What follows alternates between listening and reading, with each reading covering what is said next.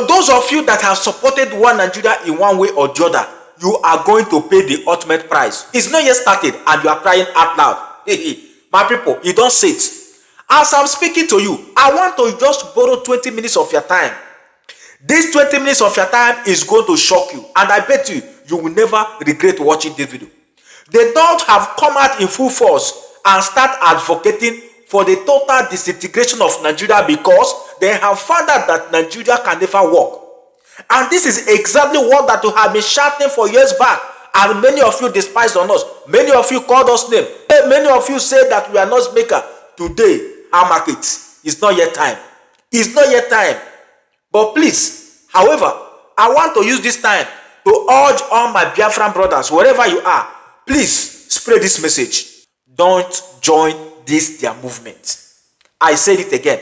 Don't join this their movement. The land, the air, the water, everywhere we judge one Nigeria. Come and watch the video.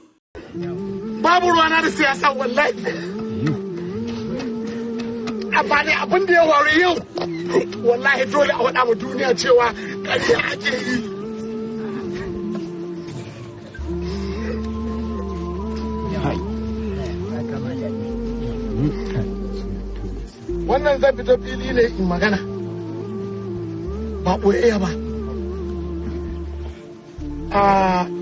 mai girma. Hello Nigerians, my name is Ibrahim Garba Wala, popularly known as Comrade IG Wala. It is sad that Nigerians at this point in time, we have no solutions, not a single solution to our problems. Sincerely speaking, I don't know. These few days, Nigeria has been something else. We all know the situation we're in. No matter how you get frustrated and you think you want to ignore, you can't even ignore. You think you want to just take your eyes or your mind off what is happening in Nigeria, you just can't help it. I think at this point in time, it's high time we tell ourselves nothing but the truth. First and foremost, on daily basis, Nigerians we do manage to see if we can have a little hope. But sincerely, we are totally hopeless. And the state of hopelessness that we're in is something that I think is not just few individuals that will be putting our hopes on. Sincerely speaking, what the country is in, we must all come out, not just be on the streets. We must force those in authority to take the right decision and immediate action. If they cannot do that, we call on National Assembly to compel the president to step down. Else, we are going to compel every single senator. Nigerians, this is a clarion call.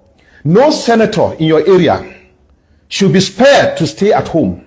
Let them come out and go to National Assembly and do the needful against the president of this country as we speak.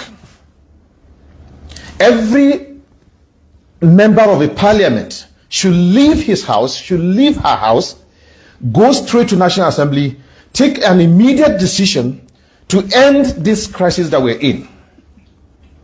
We are calling on everybody, not just citizens, poor citizens that the military and the police are deployed to tear gas, to shoot, that are going to take this fight. The senators must go out. National Assembly members, reps members, step out of your house, step out of your comfort zone, go out there. Don't let us go on the streets.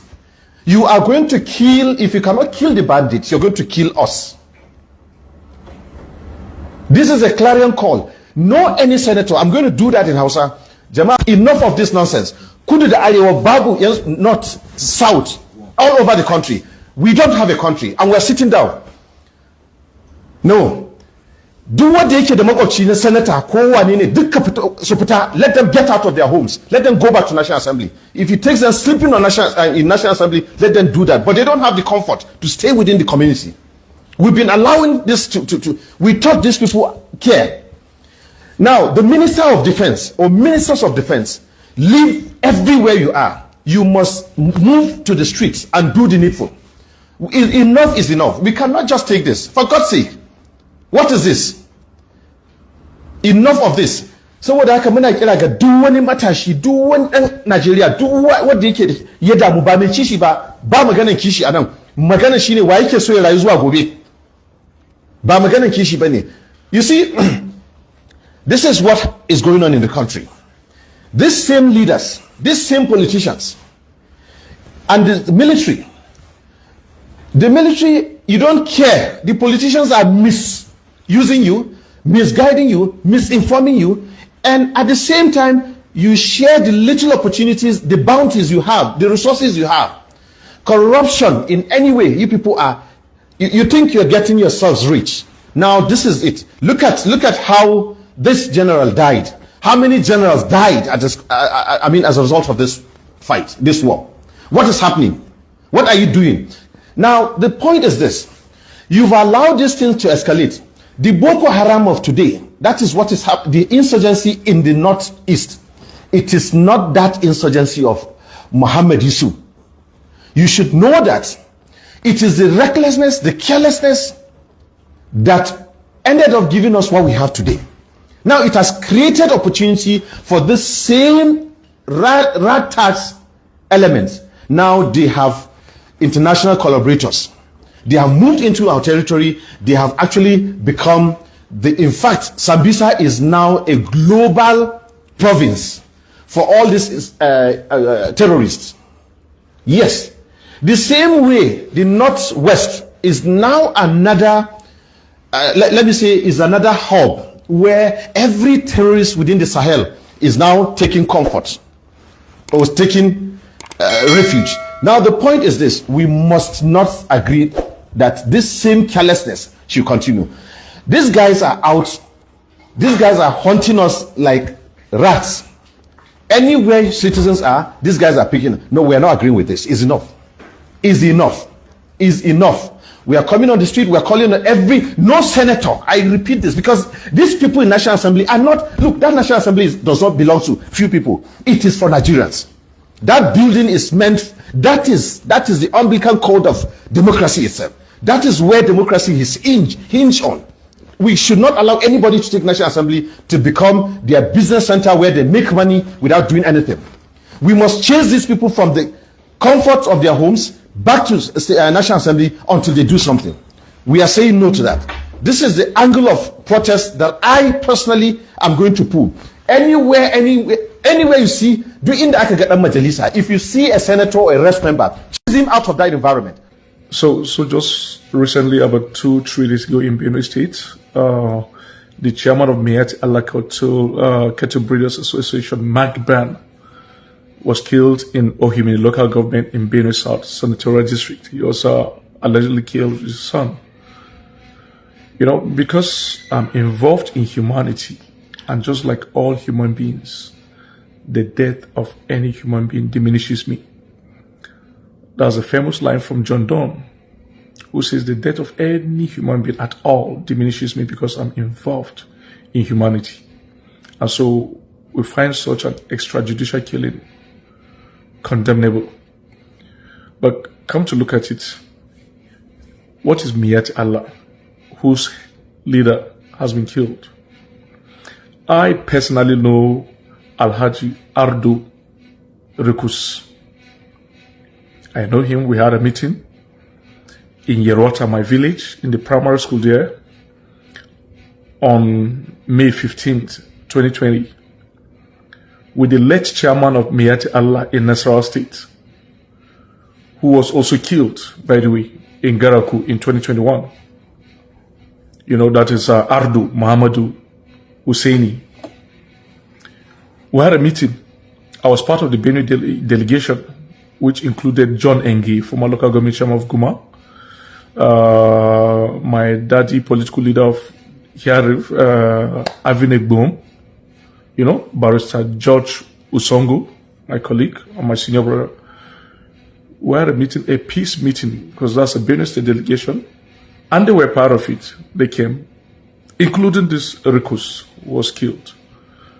And the former chairman of Mayat Allah in Nasarawa State, Ardo Muhammadu Hussein, was killed, including the current chairman of Mayat Allah in Nasarawa State, who is right now in detention regarding the killings in Yarota. That's Ardo Muhammadu Lawal Dano and all those people. We had that meeting. And you know, anytime you have these meetings with these people, they justify all the killings that happen in Benue and they try to let you know that this and this are what you're going to do to stop it. And all the solutions they are providing are solutions that have to do with the total conquest of your land, taking over of your land, pushing you guys one side and creating room for them. That is a summary of every solution they always try to create. For every meeting you go with these people, they always try to justify the killings of people. So firstly, that's an organization that has always been responsible for the killings of our people. This guy who was killed in Ohimini,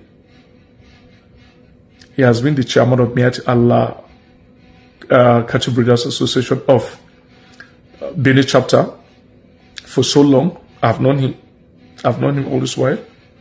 And like I said earlier, they are a Siamese twins with Mayat Allah Kautahori, whose leader, Bello Badejo, right now is facing terrorism financing at the Federal High Court in Abuja with money laundering, because they do put up all these monies that their guys receive in ransom, put up millions and billions of naira, and send it all over for the buying of arms.